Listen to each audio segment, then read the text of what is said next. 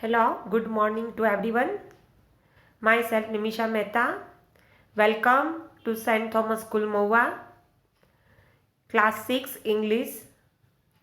We have studied up to activity 7 in our previous lecture. Today we are going to start activity 8. The water barrel. Part 1 we discussed. Today let's start part 2.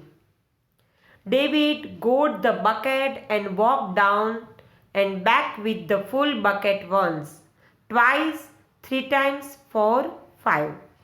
One by one, David got the bucket and walked down to filling the barrel. He could see Pete, the hired man. Hired man means a paid person. Down in the sheep pasture. I wonder, wouldn't it work just as well if I finished carrying water this afternoon? He thought, what difference does it make as long as I get it done? Between Pete and the David. He could see Pete, the hired man, down in the sheep pasture. And David wondered, wouldn't it work just as well if I finished carrying water this afternoon? He compared with Pete. He started down the path to Pete, but suddenly he remembered the last time mother and father had gone to town. David had promised to fill the barrel for the Monday washing. But David didn't do it. On Monday, there was no water to wash their clothes. David turned back to the house, 5 more buckets, and I will call it enough. He said, 1 bucket, 2 bucket, 3, 4. The sun was getting very hot. 5 at last. Again he climbed the steps and leaned over the brim. The barrel was only half full. Half of that barrel remained. David was hungry and tired because he filled the barrel half. 1 by 2, 3, 4, 5. 1 by 1 bucket. And he was hungry and tired. 2 more and I am through. He picked up the bucket, but on his way to the river, had a thought. Wouldn't it would be fun to surprise mother and father? To fill the old barrel once, really, entirely full. Wouldn't it be fun if he didn't have to carry water for days and days because the work was already done? Suddenly, he ran down to the river with fresh energy. He wanted to give surprise to his mother and father. So, work was already going on. He ran down to the river with fresh energy. 1 bucket. It slopped over and wet his shoes a little. 2 buckets. It certainly was getting very heavy. 3 buckets. That time he stumbled over the step and spilled the water all over himself. Well, at least it cooled him off. Do you like no? Wet with water? Yes, shower with water. 4 buckets. Pete called to him, come on down here with me, boy. But David only answered shortly, I'm busy. 5 buckets. Now when he poured the water in the barrel. It didn't make much splashing noise. It was almost full. See, David tried to full the barrel.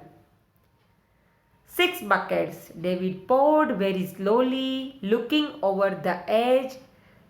Close to his face was the black shadow of his own head. And then, just like that, the barrel was full to the brim. Whoopee! Yelled David. Whoopee means, understand? Shouted in happy mood. He ran down to tell Pete, leaping madly and shouting with joy. Pete, guess how many buckets I carried? Bet you can't guess. But it's all filled up, right to the top. For an hour, David happily talked with Pete and helped him with the fence work. Suddenly Pete stopped digging his puzzle and looked up at the distant house. Then he cried, David, look at that smoke. Where's it coming from? From this story we understand that following his parents' order and sacrificing all his prospective means credible pleasures. David took the bucket and started filling water into the barrel. As he had taken up the job, he wanted to give surprise to his parents by filling up the barrel to its brim.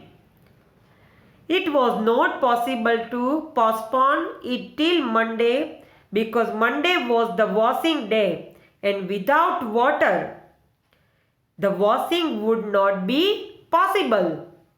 He went on bringing bucket after bucket. They mentioned 1, 2, 3, 4, 5. As per that, bringing bucket after bucket. Every time he felt that now the barrel would be full. Once he stumbled over the step and spilled the water over himself. But in no case he left his pursuit. He brought almost 30 buckets till the water in the barrel rose to its brim. As the barrel was full, he was mad with joy and yelled, Whoopee! He ran down to Pete asking him to guess how many buckets he must have brought to fill the barrel. For an hour, David happily talked with Pete and helped him with the fence work.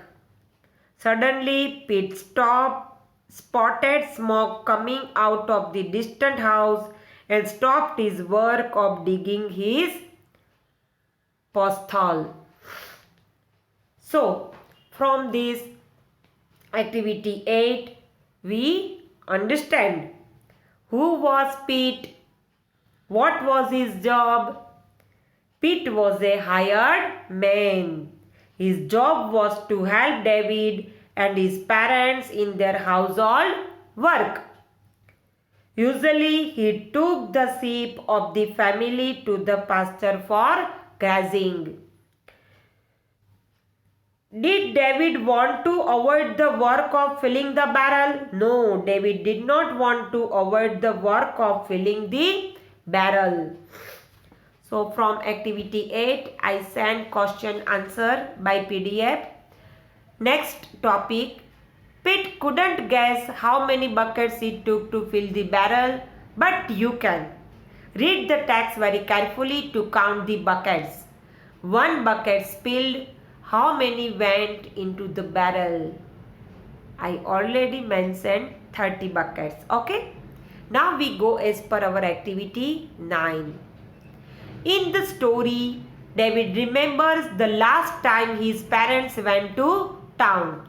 He remembers a day when there was not enough water. but the story does not tell us what his parents said on that day. Imagine the conversation that might have happened on that day between David, mother and father, and Pete when they find out there is no water.